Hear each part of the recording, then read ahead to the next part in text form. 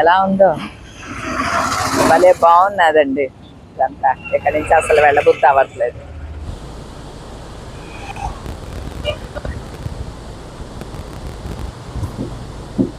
అందరికీ నమస్కారం అండి. ఆనందంగా జీవితాన్ని ఆస్వాదించడానికి అమ్మ మాటకు స్వాగతం.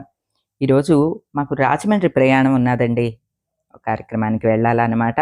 అందుకని ఉదయమే లేచి తయారయ్యి ముందుగా దీపారాధన చేసుకుని పూజ చేసేసుకుని కొద్దిగా కాఫీ తాగేసేసి బయలుదేరదామని అనుకుంటున్నాము. మా వారికి లోకల్లో మరొక పని ఉన్నదన్నమాట అండి. దానికోసం అని చెప్పి ఆయన రావట్లేదు. నేను మా మరిది గారు ప్రేమ్ ఇద్దరం కూడా రాజమండ్రికి బయలుదేరుతున్నాం అన్నమాట. ఇగోండి నేను కట్టుకున్న ఈ శారీని చూసారా? ఇది శతమానం సిల్క్స్‌లో తీసుకున్నానండి. మంగళగిరి పట్టు కలంకారీ డిజైన్ తోటి వచ్చిన ఈ శారీ చాలా బాగున్నదండి. ఇవి షాప్ ఓపెనింగ్ అప్పుడు ఆఫర్ పెట్టారు కదా! 3600 ఎంతో పడిందండి. 5400ది తగ్గించి పడిందనమాట. ఆ శారీ కట్టుకున్నాను. చాలా బాగా నచ్చిందండి ఇది. అంటే నాకు కొద్దిగా జర్నీస్‌కి, షాపింగ్స్‌కి అంతా కూడా ఈ శారీస్ బాగా ఉపయోగపడుతున్నాయండి.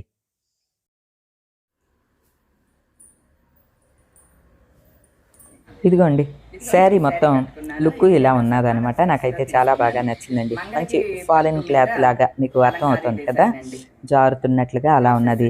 అంటే మంగళగిరి పట్టు ప్రాసెస్ చేసి ఈ డిజైన్ చేస్తారు కదండి, అవి ఒక మైసూర్ సిల్క్ లాగా అనిపిస్తూ ఉంటాయి అనమాట. అందువల్ల నాకు ఈ శారీస్ బాగా నచ్చుతున్నాయండి. అందున మాకు అటెండ్ అయ్యేవి ఎక్కువ ఉంటాయండి, కార్యక్రమాలని, చిన్న చిన్న ఫంక్షన్స్ అని, ఇటువంటివన్నీ కూడా ఉంటాయి. ఇటువంటి శారీస్ నాకు వర్కౌట్ అయిపోతాయి అనమాట. అందువల్ల ఇవే ఎక్కువ తీసుకుంటున్నాను అనమాట. నాకు ఈ శారీస్ చాలా బాగా నచ్చినాయి. అలానే బ్లౌజ్ కూడా కుట్టించేసుకున్నాను అండి. మొన్నే కట్ చేసి ఎదురుగుండా అమ్మాయికి ఇస్తే ఝాన్సీ కుట్టేసి ఇచ్చింది. ఎందుకంటే వీటికి కంపల్సరీ బ్లౌజ్ ఉంటేనే లుక్ ఉంటుందండి, అందువల్ల అనమాట. ఏంటి తినేవన్నీ అనుకుంటున్నారా? జర్నీలో మా తమ్ముడు ఏదో ఒకటి తినటం అలవాటు అనమాట అండి. వాళ్ళ అన్నయ్య పప్పు ఉండలు ఇటువంటివన్నీ తెచ్చి ఉంచుతారనమాట. అవన్నీ ఇస్తున్నారు. మా వారు మధ్యాహ్నం ఒక కార్యక్రమానికి ఇక్కడే అటెండ్ అవ్వాలి, అందుకని ఆయన రావట్లేదు అనమాట అండి. మా మరిది గారి స్నేహితులు అనమాట ఇప్పుడు వెళ్ళే కార్యక్రమం. అందువల్ల మా మరిది గారు నేను వెళ్తున్నాం అనమాట అండి. శివయ్య ఎళ్ళొస్తా.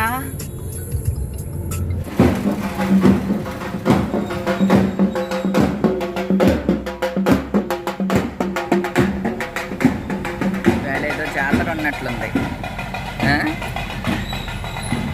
మా ఊర్లో ఎప్పుడు ఏదో ఒక జాతర మహోత్సవం జరుగుతూనే ఉంటుందండి. మా గోదావరి జిల్లాలో 365 రోజులు విశేషమైన రోజులుగానే కనిపిస్తాయండి నాకు. ఎక్కడో అక్కడ మహోత్సవాలని, జాతరలని జరుగుతూనే ఉంటాయి. అందున ఆషాఢ మాసంలో గ్రామ దేవతల అందరికీ కూడాని ఆషాఢ జాతర చేస్తారనమాట అండి. చాలా విశేషంగా అమ్మవార్లను పూజిస్తారు. దానికి కారణం ఏంటంటే, గోదావరి జిల్లాలన్నీ కూడా అండి సస్యశ్యామలంగా ఉంటాయండి. అసలు సంవత్సరానికి 3 పంటలు పండే ప్రాంతాలు కూడా ఉన్నాయి అంటే మీకు అర్థమవుతుంది ఎంత సస్యశ్యామలంగా ఉంటుందో. మనం వెళ్ళినంత మేర కూడాని మన కూడా పంట కాలువలో, నదో ఏదో ఒకటి వస్తూనే ఉంటుంది. ప్రతిసారి రాజమండ్రి హైవే మించి వెళ్తామనమాట. ఈసారి విద్యేశ్వరం మీదుగా వెళ్తున్నాము. అంటే ఇటు బ్యారేజ్ ఉంటుందన్నమాట అండి. ఆ విద్యేశ్వరం బ్యారేజ్ అవి చూపించటం కోసమని మా మరిది ఇటు తీసుకువెళ్తున్నాడు. నేను చూసి మీకు కూడా చూపిస్తానండి. ఎందుకంటే అది ఎప్పుడో కాటన్ మహాశయుడు కట్టిన ఇవన్నమాట, బ్యారేజీలు అనమాట అండి. వాటి మీదుగా వెళ్తున్నాము కాబట్టి అవి కూడా మీకు చూపిస్తానండి. మా ప్రాంతం అంతా కూడా అండి అమ్మవారి దేవాలయాలు ఎన్నుంటాయో, కాటన్ ద్వారా విగ్రహాలు అన్నుంటాయండి. అంటే మనం ఎప్పుడూ కూడా చేసిన మంచిని మరిచిపోకూడదు కదండీ! కాటన్ మహాశయుడు అప్పట్లో అంటే ఎప్పుడు ఇంగ్లీష్ వాళ్ళు పాలించే కాలంలోనే ఈ గోదావరికి ఈ బ్యారేజీలు ఇవన్నీ కట్టిన కాటన్ మహాశయుడిని మర్చిపోకుండా ఆయనకి ప్రతి చోట విగ్రహాలు ఉంటాయి. అలానే వార్షికోత్సవాలు అవి కూడా చేస్తూ ఉంటారండి. ఆయన బర్త్‌డేని కూడా చేస్తారనమాట. అంత అంటే మనం ఎప్పుడు కూడా చేసిన మంచిని మరిచిపోకూడదండి. మా ప్రాంతాలన్నీ ఇంత బాగా ఇంత సస్యశ్యామలంగా పంటలు చూడండి ఎలాగున్నాయో, నాట్లు జరుగుతున్నాయన్నమాట ఇప్పుడు. ఇంత బాగా ఉండటానికి కారణం ఆయనే అనమాట అండి. ఇప్పుడు దారంతా కూడా మీకు పచ్చదనమే కనిపిస్తోంది చూడండి ఎక్కడ అని. ప్రేమ బాబు డ్రైవింగ్ వద్దులే, నువ్వు మా వంక చూడకలే, మేమే తీస్తాం. నాకు భయం, నేను అలాగా రోడ్డు వంకే చూస్తూ ఉంటాను. మేము వెళ్ళేటప్పుడు దారిలో సెట్టిపేట లాకులు అంటారంటండి వీటిల్ని. అసలు ఎంత బాగున్నాదోనండి. ఇలా చాలా చోట్ల మనకి లాకులు కనిపిస్తూ ఉంటాయి అన్నమాట. అంటే నీటిని అడ్డుకట్ట వేసి ఆపుతారు చూడండి, వాటిల్ని లాకులు అంటారు. చాలా మందికి తెలుసు కదా. ఈ ప్రాంతం అంతా కూడాని ఆ వాటర్ సౌండ్ భలే గమ్మత్తుగా వినిపిస్తోందండి. ఒకసారి కారు ఆపమని మొత్తం ఇదంతా కూడా వీడియో తీసుకున్నాను అనమాట. ఇటు సైడ్ రావటం మేము తక్కువండి, అందువల్ల నాకు ఇవన్నీ తెలియదు. ఎప్పుడు రాజమండ్రి వెళ్ళినా సరే మేము హైవే మీదుగా వెళ్ళిపోతూ ఉంటాం కాబట్టి ఇవన్నీ చూసే అవకాశం నాకు కలగట్లేదనమాట. ఇది ఇక్కడ పవర్ ప్లాంట్ అంటండి. వీటన్నిటి గురించి మా మరిదికి అంతో ఇంత తెలుసు కాబట్టి తను వివరంగా చెప్తూ ఉన్నాడనమాట అండి.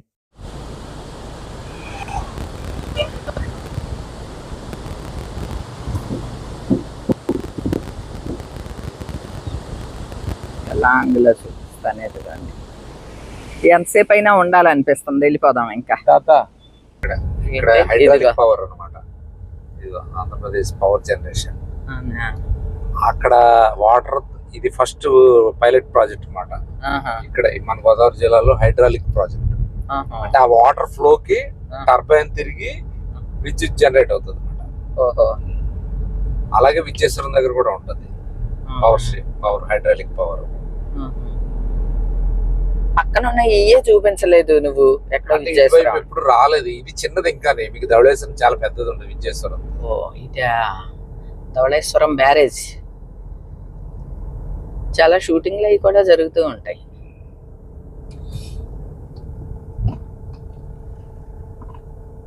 ఆపుతావా ఎక్కడన్నా? ఇదే గోదావరి. నాసిక్ లో పుట్టినప్పటికీ కూడా ఇంత పెద్ద వెడల్పు ఉన్నటువంటి గోదావరి ఇంకెక్కడా ఉండదు. ఇక్కడి నుంచి 7 పాయలుగా విడిపోతుంది అన్నమాట నది. మొత్తం గోదావరి జిల్లాలన్నిటికీ, పంటలకి, తాగునీరుకి, అన్నిటికీ ఇదే దిగి మరి ఆపుతా. ఎంత హోరు వినిపిస్తుందో చూసారా?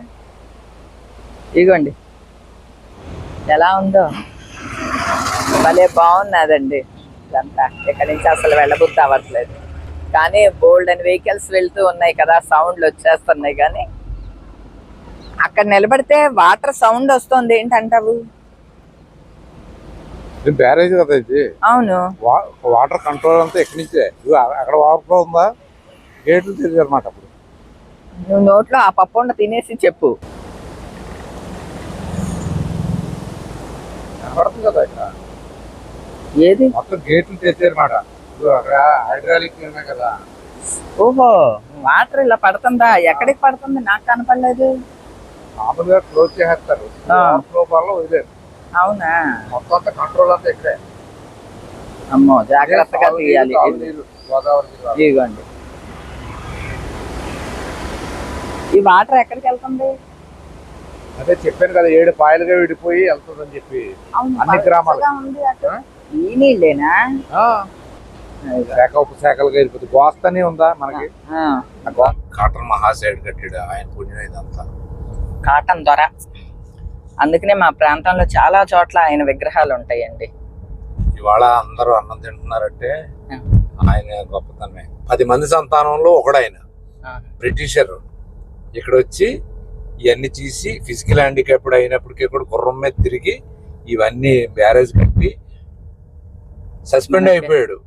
పర్మిషన్ లేకుండా కట్టాడని చెప్పి, రూల్స్ వైలేట్ చేశాడని చెప్పి. అంత చరిత్ర ఉన్నవాడు కాటన్ మహాశయుడు. సంపద సృష్టి అంటే అది. ప్రేమ ఇక్కడ వస్తున్నాయేమో, ఒకసారి ఆపు మరి చూద్దాం. వస్తే మొత్తం ఎన్ని గేట్లు తెరిచుంటారు అది చూద్దాం ఒకసారి. ఆపుతాను, వెనకల బళ్ళు ఉన్నాయి చూడు. నెమ్మదిగా దిగు, కింద చూసుకో. ఇక్కడ ఇవి సెంటర్ లో ఇవి వాటర్ అలా పడతా ఉన్నారు, చూసారా అండి? అక్కడి నుంచి ఉన్న వాటర్ అంతా ఇదిగో. జాత వెహికల్స్ చూసుకో, ఏం రావట్లేదు. అన్ని గేట్లు తెరిచి, అన్ని గేట్లు తీసున్నాయి. చేపలు అందుకనే విపరీతంగా వచ్చింది. ఇక చేపలు ఎక్కడ చూసినా మనకి ఇట్లా దారంతా చేపలు అమ్ముతూ ఉంటారు. మహారాష్ట్రలో ఇప్పుడు వర్షాలు విపరీతం కురుస్తున్నాయి కదా, ఆ వాటర్ అంతా ఇటు వస్తుంది. చిత్రం ఏంటంటే అందరికి తెలియని విషయం, మొత్తం 9 జిల్లాల్లో తెలంగాణ జిల్లాలో గోదావరి ప్రవహిస్తుంది, కానీ అక్కడ ఎక్కడ ఆగదు, నీళ్ళు మొత్తం అంతా వచ్చి ఉభయ గోదావరి జిల్లాల్లో కలుస్తుంది. మొత్తం ఇక్కడ అంతా సస్యశ్యామం. ఆదిలాబాద్, కరీంనగర్, ఖమ్మం, నిజామాబాద్ అన్ని జిల్లాల్లో 9 జిల్లాల్లో కేవలం ఇక్కడ 2 జిల్లాల్లోనే ప్రవహిస్తుంది. మొత్తం ఈ ప్రాంతాన్ని అంతా కూడా సస్యశ్యామం చేసింది. ఇది చాలా గొప్ప విషయం. అదే మరి గోదావరి అలా గోదావరి తల్లి మామూలు విషయం కాదు. కేవలం ఇక్కడ భూములు సస్యశ్యామలంగా ఉండి ప్రజలంతా సుభిక్షంగా ఉన్నారంటే కేవలం బికాస్ ఆఫ్ గోదావరి అంతే. దాన్ని కనిపెట్టి లైన్ చేసింది కాటన్ మహాసైడ్. ఇన్ని జన్మలు ఎత్తినా కూడా ఆ కాటన్ మహాసైడ్ రుణం తీసుకోలేదు. కాబట్టి ఇప్పుడు జొన్నపొత్తులు తింటే అది మధ్యలో జొన్నపొత్తులు ఎందుకంట. గోదావరి ఇక్కడ 7 పాయలుగా విడిపోతుందంటండి. అందుకని 7 బ్యారేజీలు కట్టారు. పెద్ద పెద్ద బ్యారేజీలు 7 ఉంటాయి అన్నమాట అండి. ఎప్పుడు మనకి స్వతంత్రం రాకముందు కట్టిన బ్యారేజీలు అనమాట అండి ఇవి. అవి ఇప్పటికీ ఫంక్షన్లో ఉండటం, అదీ కాక అంత స్ట్రాంగ్గా ఉండటం, ఈ ప్రాంతం అంతా సస్యశ్యామలంగా మారటానికి ఆద్యుడు కాటన్ దొర అన్నమాట అండి. ఆయనకి మొత్తం 10 మంది అన్నదమ్ములంట. అందరిలోకి ఈయన మాత్రం ఫిజికల్లీ హ్యాండిక్యాప్డ్ అంటండి. అందువలన ఆయన గుర్రం మీద తిరుగుతూ ఇదంతా కూడా ఈ చుట్టుపక్కల గ్రామాలన్నీ తిరిగి సర్వే చేసేవాడట. ఆయన ఈ ప్రాంతాన్ని ఎంతలాగా క్షుణ్ణంగా పరిశీలించి ఎంత ప్రేమిస్తే ఇంత బ్యారేజీలు కట్టుంటాడండి. అసలు తలుచుకుంటేనే నాకు చాలా ఆనందంగా అనిపిస్తూ ఉంటుంది. అసలు ఇప్పుడు ఇలాంటిది ఒక్కటన్నా కట్టగలమా అండి మనం?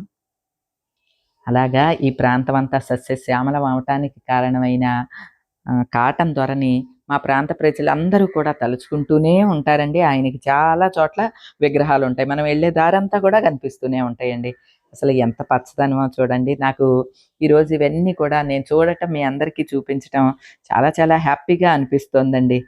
ఇదిగోండి ఎలాగ మనకి దారంతా కూడా ఈ బ్యారేజీలు కనిపిస్తూనే ఉంటాయి. అంటే ఆ పాయ ఉన్న దగ్గరల్లా కూడా, గోదావరి పాయ ఉన్న దగ్గరల్లా ఇట్లా ఈ గేట్లు కట్టారనమాట అండి. నేను అన్ని చోట్ల ఆగలేదులేండి, టైం అయిపోతుంది కదా అందుకని. కానీ దారంతా కూడా వీటి గురించి మాట్లాడుకుంటూ వెళ్తూ ఉంటే చాలా సంతోషంగా అనిపించిందండి. ఏమిటి ప్రొక్లైనర్లు, బుల్డోజర్లు, క్రేన్లు ఏమీ లేని రోజుల్లో ఎలా కట్టాడు అనేది ఇప్పటికీ ఆశ్చర్యం. ప్లస్ రూట్ మ్యాప్, ఈ కాలువలు ఎలా ప్రవహించాలి, ఎటు నుంచి ఎటు వెళ్ళాలి ఏంటి అనేది మ్యాపింగ్ చేయటం. కంప్యూటర్స్ లేవు కదా, మాన్యువల్ గా ఎట్లా చేసాడు అనేది అసలు ఒక మిరాకిల్ అది. ఇంకా ఈ రోజు మా రాజమండ్రి ప్రయాణం హైవే మీదుగా కాకుండా ఇలా గ్రామాల మీదుగా వెళుతూ ఈ విజయేశ్వరం బ్యారేజీలని ఇవన్నీ కూడా చూపించడం నాకు చాలా హ్యాపీగా అనిపిస్తోందండి. ఇవన్నీ ఇంత మటుకు నేను ఇంత పర్టికులర్గా ఎప్పుడూ చూడలేదండి. ఇంత బాగా కట్టించిన కాటన్ మహాసైడ్ మ్యూజియం కూడా ఉంటుందండి. ఇదిగోండి ఆయన ఇక్కడే ఉండేవారట ఈ బిల్డింగ్. అప్పటితే ఈ బిల్డింగ్ కూడా మరోసారి ఎప్పుడన్నా ఈ మ్యూజియంగా చేశారు దీన్ని. మ్యూజియానికి కూడా వచ్చి చూపిస్తానండి. ఏది ఏమైనానండి, ఒక ప్రాంతం అంతా ఇంత సస్యశ్యామలంగా అవటానికి కారణమైన కాటన్ మహాశయుడిని ఈ రకంగా మా ప్రాంత ప్రజలందరూ కూడా తలుస్తూనే ఉంటారండి.